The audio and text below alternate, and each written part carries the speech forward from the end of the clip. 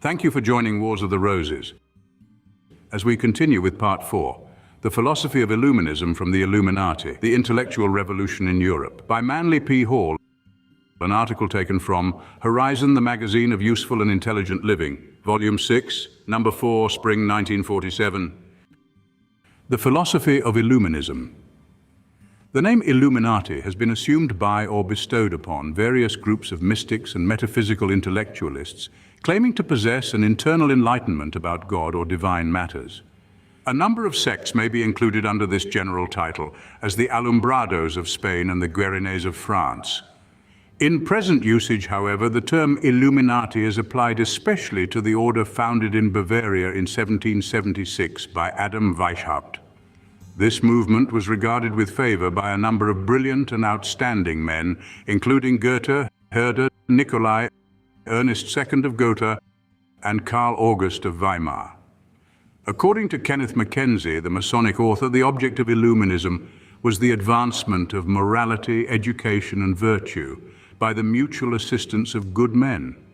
The society was advanced as a means of organizing the idealism of the race to combat the corruption and materialism resulting from the ignorance and selfishness of society. In presenting the work of Adam Weishaupt to the modern reader, the fair and proper course is to let the little professor of Ingolstadt explain his purposes in his own words. "I have contrived a system," he writes, "which possesses every advantage. It attracts Christians of every communion, gradually frees them from all religious prejudices, cultivates the social virtues, and animates them by a great, feasible, and speedy prospect of universal happiness in a state of liberty and moral equality, freed from the obstacles which subordination and the inequalities of rank and wealth continually throw in our way." Weishaupt's definition of Illuminism proves conclusively that he was neither a materialist nor a political nihilist, as has been charged. This is the great object held out by this association: the right of the common man to life, liberty, and the pursuit of happiness, and the means of obtaining it is illumination, enlightening the understanding by the sun of reason, which will dispel the clouds of superstition and prejudice. The proficients in this order are therefore justly called the illuminated, and of all illumination which human reason can give, none is comparable to the discovery of what we are, our nature, our obligations, what degree of happiness we are capable of enjoying, and what are the means of attaining it. In comparison with this, the most brilliant sciences are but amusements for the idle and luxurious. A little later, the professor discusses the means by which the society itself is to be accomplished. The association must be gradual. Its first task must be to form the young members. As these multiply and advance, they become the apostles of benevolence, and the work is now on foot and advances with a speed increasing every day. The slightest observation shows that nothing will so much contribute to increase the zeal of the members as secret union. It is needless to inquire into the causes of the zeal which secrecy produces. It is an universal fact, confirmed by the history of every age. Let this circumstance of our Constitution therefore be directed to this noble purpose, and all the objections urged against it by jealous tyranny and affrighted superstition will vanish. The order will work silently and securely, and though the generous benefactors of the human race are thus deprived of the applause of the world, they have the noble pleasure of seeing the work prosper in their hands. The structure of the Illuminist order as it was perfected by Weishaupt, von Nigger and Bode consisted of 12 degrees advancing sequentially from a simple statement of aims and purposes to an elaborate ritualism based upon the mystery schools of ancient Egypt. The Illuminists presented some of their ritualistic work at the Masonic Congress at Wilhelmsbad. So magnificent was the pageantry that the Masonic brethren were profoundly impressed. Degrees of the Illuminist order: Nursery, Preparation Novice, Minerval, Illuminatus Minor. Masonry, Symbolic Apprentice, Fellow Craft Master Mason. Scottish, Illuminatus Major or Scottish Novice, Illuminatus Dirigens or Scottish Knight. Mysteries, Lesser, Epopt or Priest, Prince or Regent. Greater, Magus or Philosopher. Rex, King, Homroi or Areopagite. There is some uncertainty as to the working form of the higher degrees, as those attempting to expose the order never progressed into the section called the Mysteries. Also, it appears that certain lodges introduce symbolical elements not included in the general pattern. Candidates for initiation were selected from those possessing such qualities and temperaments as Weishaupt regarded indispensable. He thus defines those worthy of admission: whoever does not close his ears to the lamentations of the miserable, nor his heart of gentle pity; whoever is the friend and brother of the unfortunate; whoever has a heart capable of love and friendship; whoever is steadfast in adversity, unwearied in the carrying out of whatever has been once engaged in, undaunted in the overcoming of difficulties; whoever does not mock and despise the weak; whoever has a soul susceptible of conceiving great design, desirous of rising superior to all base motives, and of distinguishing itself by deeds of benevolence; whoever shuns idleness; whoever considers no knowledge as unessential, which he may have the opportunity of acquiring, regarding the knowledge of mankind as his chief study; whoever, when truth and virtue are in question, is sufficiently courageous to follow the dictates of his own heart. Despising the approbation of the multitude, such a one is a proper candidate. After a candidate had been accepted and was informed of the full designs of the order, he signed the obligation of admission, which read as follows: I hereby bind myself by my honor and good name, forswearing all mental reservations, never to reveal by hint, word, writing, or in any manner whatever, even to my most trusted friend, anything that shall be said or done to me respecting my wished-for reception, and this whether my reception shall follow or not, I being previously assured that it shall contain nothing injurious to religion, the state, or good manners.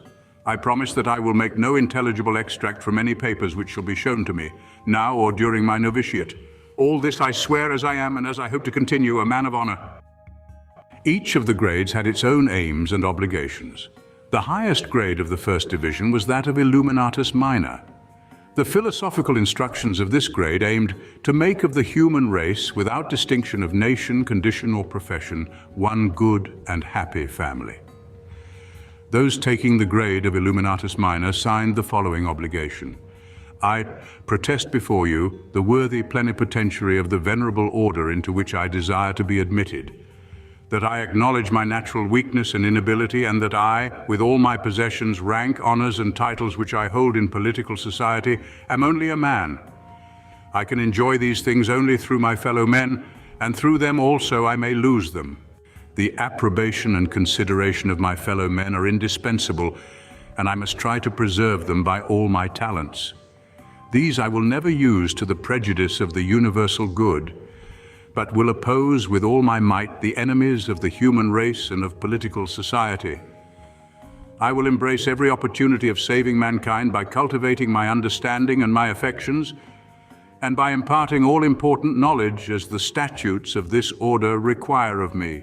I bind myself to perpetual silence and unshaken loyalty and submission to the order in the persons of my superiors, here making a faithful and complete surrender of my private judgment, my own will, and every narrow-minded employment of my power and influence. I pledge myself to account the good of the order as my own, and am ready to serve it with my fortune, my honor, and my blood. Should I, through omission, neglect, passion, or wickedness, behave contrary to the good of the order, I subject myself to whatever reproof or punishment my superiors shall enjoin. The friends and enemies of the order shall be my friends and enemies, and with respect to both, I will conduct myself as directed by the order, and am ready in every lawful way to devote myself to its increase and promotion, and therein to employ all my ability. All this I promise and protest without secret reservation, according to the intention of the society which requires from me this engagement. This I do as I am, and as I hope to continue, a man of honor. The lectures read to the initiates of the society probably were prepared by Weishaupt himself. An extract from a discourse delivered to those receiving the Masonic degree of Illuminatus Dirigens, or Scottish Knight, is indicative of the social program advocated by the society. Men originally led a patriarchal life in which every father of the family was the sole lord of his house and his property, while he himself possessed general freedom and equality. But they suffered themselves to be oppressed, gave themselves up to civil societies, and formed states. By this they fell, and this is the fall of man, by which they were thrust into unspeakable misery. To get out of this state, to be freed and born again, There is no other means than the use of pure reason, by which a general morality may be established, which will put man into a condition to govern himself, regain his original worth, and dispense with all political supports, and particularly with rulers. This can be done by no other way but by secret associations, which will by degrees and in silence possess themselves of the government of the states and make use of those means for this purpose, which the wicked use for attaining their base ends. Here is a fragment, supposedly from the degree of Rex, the highest in the order, written by Weishaupt, but distinctly reminiscent of the conviction of Thomas Paine. Every peasant, citizen, and householder is a sovereign, as in the patriarchal state, and nations must be brought back to the state by whatever means are conducible, peaceably if it can be done so, but if not, then by force, for all subordination must vanish from the face of the earth. These were strong words in 18th century Bavaria. But in our more generous time, the rights of man are taken for granted, and groups of all kinds are laboring industriously to overcome the false barriers of pride and prejudice. In order to conceal their purposes and protect their members if records and correspondence fell into the hands of the uninitiated, the Illuminati created a system of feigned names for persons and places. In the archives of the order, Weishaupt was referred to as Spartus, Baron Nigger was Philo, Bode was Emilius, Prince of Brunswick was Aaron, and Count Saviola was Brutus, and so for all the members. Cities and countries were carefully confused geographically to make identification difficult. Munich became Athens, Ingolstadt was Eleusis, Austria was Egypt, Würzburg was Carthage, and Vienna was Rome. The Illuminists also had a special calendar which they called Hejira, from the Islamic, but they calculated their dates according to a Persian era which began in 630 AD. Their year began with the vernal equinox, and they had little respect for the orthodox calendar.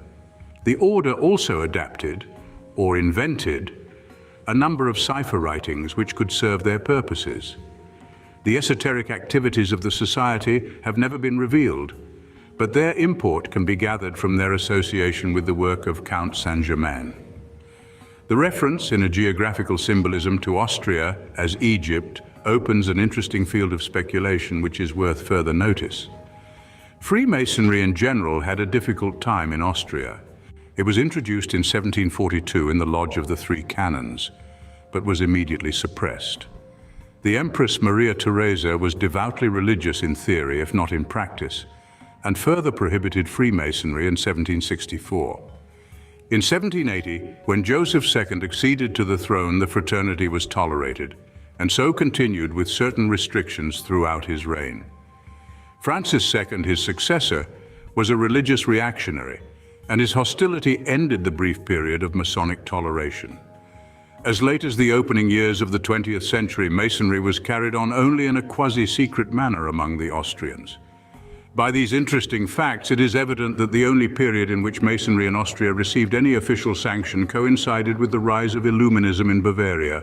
Religious feeling in Austria ran high and may be summarized in the conflict between the Catholic Empress and her husband, who was himself a Freemason and inclined to view the rite with enthusiasm. On one occasion, the Empress sent 100 dragoons to break up a Masonic lodge. The Emperor was present at the time and was forced to make an undignified exit through an open window in a back staircase. At this point, we must introduce a talented gentleman and Freemasonic brother who succeeded in surviving the tantrums of Maria Theresa, Ignaz Edler von Born, 1742 through 1791. Von Born was a mineralogist and metallurgist educated in a Jesuit college and a member of the society for 16 months. He gave up a religious career and studied law at Prague. In the significant year 1776, von Born was appointed by Maria Theresa to arrange the Imperial Museum at Vienna. He wrote several scientific books, museum catalogues, and even attempted satire. Some of his works were published anonymously. He was learned in languages and took an active part in political changes, especially in Hungary. At the time of his death, he was at work on a political book. There is every indication that von Born was a member of the Illuminist order, although his position in Viennese society was such that he dared not reveal his affiliations. He was the moving spirit behind a group of liberals furthering the cause of intellectual revolution. Through von Born, we are introduced to three interesting characters: Carl Ludwig Giesecke, Emanuel Schikaneder, and Wolfgang Amadeus Mozart. These three Masonic brothers contributed in various ways and degrees to the production of a Masonic opera, The Magic Flute. This opera has been the subject of considerable speculation and controversy among music lovers. Presumably, it is based upon a curious pseudo-Egyptian novel entitled The Life of Sethos, taken from the private memoirs of the ancient Egyptians. The first English edition of this work was published in London in 1732, translated from the French original of the previous year. The signature of Wolfgang Amadeus Mozart from a Masonic friendship book. The autograph of Mozart, which appears on the lower half of the sheet, was written in 1787 in Vienna and is accompanied by Masonic symbols and ciphers in the hand of the great composer. The friendship book, in which this signature appears, contains many distinguished names associated with Freemasonry and Illuminism. The small symbolic designs which illustrate the recent article are from this same book. The libretto of The Magic Flute is attributed to Schikaneder. There can be no doubt that he made liberal use of the life of Sethos in both ritualistic and romantic elements of the story. As there is nothing to indicate that Schikaneder was deeply versed in ancient lore or legendary, it is quite possible that he merely acted as an intermediary between a political secret society and the Austrian public. When modern critics refer to The Magic Flute as a comic opera, they reveal a complete ignorance of the times and circumstances during which the musical drama was composed and produced. There was little humor in the struggle of Austrian Freemasonry for survival. Nor was it with light mind that the intellectuals of that day sought devious means to reach the public with their ministry of mental emancipation. The Magic Flute belongs to a cycle of neo-Egyptian metaphysical speculation which occupied a prominent place in the Masonic thinking at that time. Cagliostro's Egyptian rites of Freemasonry had produced a profound stir a few years earlier. Saint-Germain, past master of esoteric ritualism, had focused attention upon the magic and mystery inherent in the initiatory dramas of ancient Greece and Egypt. He was in Vienna at the time The Magic Flute was being written. Weishaupt had sounded the clarion call of liberty, equality, and fraternity, which had already overthrown the French monarchy. The characters of Mozart's opera tell a story not to be explained convincingly without recourse to the undercurrent agitating public opinion. As Weishaupt had introduced the name Egypt to represent Austria, we realize that the story of the Magic Flute, supposedly laid in Egypt, is really the unveiling of the political corruption of Austria and the exposé of the elements dominating Austrian politics. The principal characters of the opera are Queen of the Night, superficially Isis, factually Maria Theresa; Sarastro, High Priest of the Mysteries, actually Ignaz Edler von Born, previously mentioned; Tamino, the hero, supposedly an Egyptian prince, represents the Austrian people, the composite hero of a vast political drama. Pamina, the heroine, represents the principles of liberty and equality which Tamino is attempting to obtain for himself. Monostatos, the black man, the villain of the drama, signifies the religious orders which are attempting to catch the soul of the Austrian people. Papageno, the birdcatcher, a curious sprite, is the lower octave of Tamino and signifies the unintelligent masses whose fickle devotion is inclined to favor the simple pleasures of life. Although the opera is obviously Masonic, it is far more flamboyant and symbolical than the sober society with which it has been associated. There is only one explanation which fits all the requirements of the facts, and that is that the Magic Flute is substantially the rituals of the high degrees of the Illuminati. Of course, certain esoteric materials were deleted from the public spectacle, but the substance is there, challenging the imagination. Tamino, the hero, was the personification of Weishaupt's scheme to unite the young intellectuals of Europe and form them into a body of progressive and courageous youths fired with the resolution to overcome the tyranny of the church and state. Sarastro, the Hierophant, represents the governing body of the Illuminists in the person of von Born, who was the moving spirit in Austria. Von Born died the year the opera was produced. He was the high priest of civil liberty, the agent of the industrious little Bavarian professor of canon law. If we accept the rather obvious fact that The Magic Flute was an Illuminist production, We will understand why the opera departed from orthodox masonry, but retained many of its symbols and terms. Weishaupt had already used masonry as a principal vehicle for the dissemination of his own ideas. There is much more to the matter than shows on the surface, and we are forced to suspect that the entire program of Illuminism had many implications, other than those regarded as reasonable by unimaginative historians. The skeptical reader may ask for proof that the magic flute is actually the work of the Illuminati. Naturally, an organization moving secretly is not going to label such a work. The proof is in the actual text itself, the libretto as it was originally written. To those who understand the symbolical language of the Illuminati, the opera is marked beyond any doubt. We can recommend it heartily to those who wish to improve their knowledge of the Illuminist rituals. Thank you for watching, and please don't forget to share, like, subscribe, and comment, and if you can, please consider donating to Wars of the Roses. Links to PayPal and Patreon are in the description. Thank you so very much.